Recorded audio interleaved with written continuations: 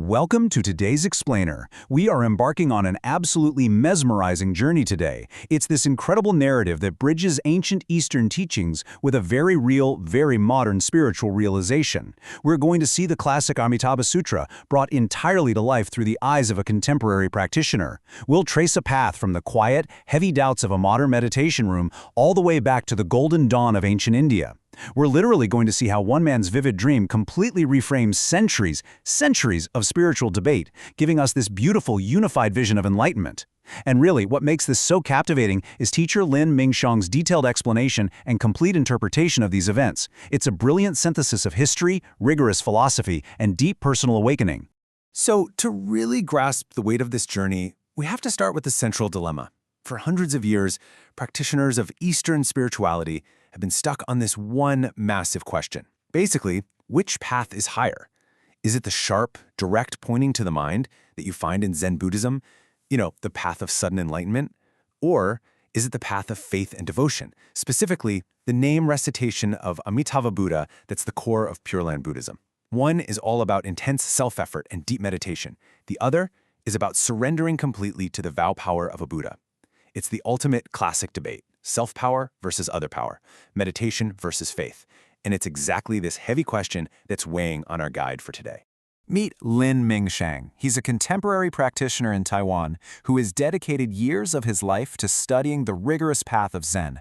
But despite all that dedication, he finds himself sitting in his quiet meditation room with this lingering, heavy doubt in his heart. And I don't mean just a fleeting moment of confusion. He is actively wrestling, searching for a complete interpretation that can finally reconcile these two giant spiritual frameworks. He literally embodies this intersection where deep, questioning doubt collides with a genuine desire for absolute truth. He's not just studying these concepts in a textbook, he is living them. He's rigorously analyzing how on earth you unite the direct, unvarnished truth of Zen with the immense, compassionate devotion of the Pure Land tradition. Well, one night, while immersed in this intense state of contemplation, Lin experiences something truly extraordinary. His meditation pulls him into a vivid, immersive dream that completely transcends time and space. The quiet night of modern Taiwan just slowly fades away, and suddenly, he's bathed in this brilliant golden light. And he isn't just watching a scene unfold like a movie, he is actually there. He finds himself transformed into a young monk sitting in the ancient Jada Grove in Shravasti. The morning light is draped over everything like golden gauze, and 1,000 sacred lotuses are blooming silently in the ponds all around him. He has been transported directly into the grand assembly of Sakyamuni Buddha. Okay, let's dive into this, because the scale of this gathering is simply hard to comprehend. Lin looks around, and the Buddha is radiating this soft light. Surrounding him are 1,250 great monks, all legendary arhats. I mean, we're talking about the absolute titans of early Buddhism here. You've got Elder Shariputra, whose wisdom is said to be as unshakable as an ancient pine. There's Mahamoggallana, possessing miraculous powers that surge like mighty rivers. And right alongside them are the great bodhisattvas, including Manjushri, the prince of the Dharma, wielding his sword of wisdom. Lin is sitting right in the middle of this luminous string of pearls, literally witnessing the core essence of the Dharma being transmitted. Now, what's truly fascinating here is the incredible contrast between two specific figures Lin spots in the crowd. Sitting right side by side are Mahakasyapa and Ananda. Think about this. Mahakasyapa is the foremost in asceticism. He's described as having a face forged like ancient bronze, steadfast as an iron mountain. Right next to him is Ananda, who is gentle and limpid as a clear stream. He's the one who literally remembers every single word the Buddha speaks. Why is seeing them together so significant? Because these two figures will go on to become the first and second patriarchs of the Zen lineage, the very founders of the Zen tradition. The exact path of direct pointing that Lin has been rigorously studying for years are sitting right there in this ancient assembly. And here is the core revelation. This is the spark that ignites Lin's complete reinterpretation of everything he thought he knew about Zen. He watches these two ultimate Zen masters, Mahakasyapa and Ananda, listening with just deep reverence. And what exactly are they listening to? They are bowing their hearts completely to the Pure Land teaching of Amitabha Buddha. It's a massive realization for Lin.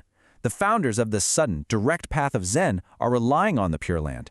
They are hearing the Buddha explain that if someone wishes to swiftly, safely, and perfectly attain Buddhahood, the supreme gate is to rely on the great vow power of Amitabha and seek rebirth in the land of ultimate bliss. So, what does this all mean? How do these two seemingly totally different teachings logically connect? In his dream, Lin hears Manjushri, the Bodhisattva of wisdom, reveal a key teaching from the Sutra of Perfect Enlightenment. Manjushri talks about the constant silent light, this state of pure awareness in accordance with reality. And it's right here that teacher Lin Mingshang's detailed interpretation truly shines. He actively maps this complex concept out, realizing it acts as the definitive philosophical bridge. The inherently pure mind essence that you seek internally through Zen meditation, it is exactly the same ground as the external land of constant silent light promised in Pure Land teachings. The ultimate destination is exactly the same. The pure mind and the pure land are entirely non-dual. Suddenly, a light wind sweeps through the ancient garden, and Lin wakes up. Just like that, he is back in his quiet room in modern Taiwan. Tears are just streaming down his face.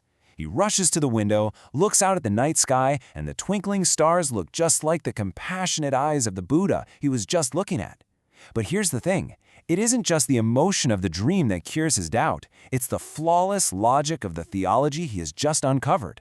All those heavy doubts that had burdened his rigorous studies for so many years completely shattered by this new, airtight interpretation. He's witnessed firsthand that the perceived conflict between Zen and Pure Land is nothing but an illusion. Filled with this incredible breakthrough, Lin immediately grabs his brush. He writes down the famous transmission verse of Mahakashya, the first patriarch of Zen. It goes, "Dharmas are originally Dharma, there is neither Dharma nor non-Dharma. Why, within one Dharma, should there be Dharma and non-Dharma?" Applying his unique interpretive lens, Lin uncovers a secret that's been hiding in plain sight. He realizes this verse isn't just rejecting form for emptiness, it's actually pointing out that truth is fundamentally unified. The seeds of Zen's formless wisdom were planted right there in the Pure Land discourse. Through Lin's detailed explanation, we see you absolutely cannot separate the profound wisdom of no Dharma from the compassionate reality of Amitabha's vow. Building on that, Lin applies this exact same complete interpretation to Ananda's transmission verse. Ananda, the second patriarch, said, "Originally there is a dharma to transmit. Each must awaken for himself. After awakening, there is no non-dharma." Lin interprets this just beautifully. He sees that Ananda is confirming that yes, while enlightenment must absolutely be self-realized, which is the whole core of Zen, once that awakening actually happens, you realize there is zero separation from the ultimate truth. The self-realization of Zen culminates in the exact same truth as the Pure Land. The lineage of Zen is perfectly aligned with the destination of the Pure Land. And this brilliantly illustrates Lin's ultimate synthesis. It's a true intellectual masterstroke of interpretation. To make this wildly complex theology actually accessible to us, he crafts an absolutely beautiful metaphor based on his experience. He explains that Zen and Pure Land have never, ever been opposed. Think of Zen like the sharp edge of a lotus petal. It cuts through ignorance directly and swiftly. Pure Land, on the other hand, is the sweet nectar at the very heart of the flower. It's the compassionate vow power that nourishes and saves all beings. You need both to have a complete flower. They are, simply put, two petals of the exact same lotus. This is the absolute crux of Lin Mingxiang's detailed explanation. The sharp blade of Zen must submerge serenely in the vow ocean of the Pure Land, and the Pure Land lotuses must blossom brilliantly within Zen's awakened realm. If you only have the sharp edge, you completely lack the nourishing center. But if you only have the center, you lack the penetrating clarity. It's only when both are rigorously united that they fully bloom into perfect Buddhahood. It is just a breathtaking and complete reconciliation of a centuries-old spiritual divide. Of course, Lin doesn't just keep this profound revelation to himself. From that day forward, he shares this highly structured teaching born directly from his rigorous interpretation with young seekers and fellow practitioners all across Taiwan. And his teachings fundamentally change how people practice. He inspires them with a brand new legacy. Step 1. Release all sectarian attachments and those endless debates about which path is better. Step 2. Embrace the simple, profound practice of chanting Namo Amitabha Buddha, but do it with the sharp clarity of Zen. And Step 3. Realize that by doing so, you are actively finding perfection in the constant silent light. He teaches that those ancient arhats aren't just old historical figures, they are the former selves of every single seeker today. So what should we actually take away from Lin Mingshang's extraordinary journey? Well, his detailed interpretation challenges us to look past the perceived divides in our own lives and our own spiritual journeys. It shows us that true wisdom almost always lies in synthesis, in finding that delicate harmony between self-effort and surrender, between sharp clarity and boundless compassion. It leaves us with a really profound question to genuinely ponder today. Can the sharp blade of Zen and the vow ocean of the Pure Land bloom silently in your own heart? Can you find that constant silent light within yourself? Thank you so much for joining me on this explainer, and I really hope this incredible story leaves you inspired to find the unity in your own path.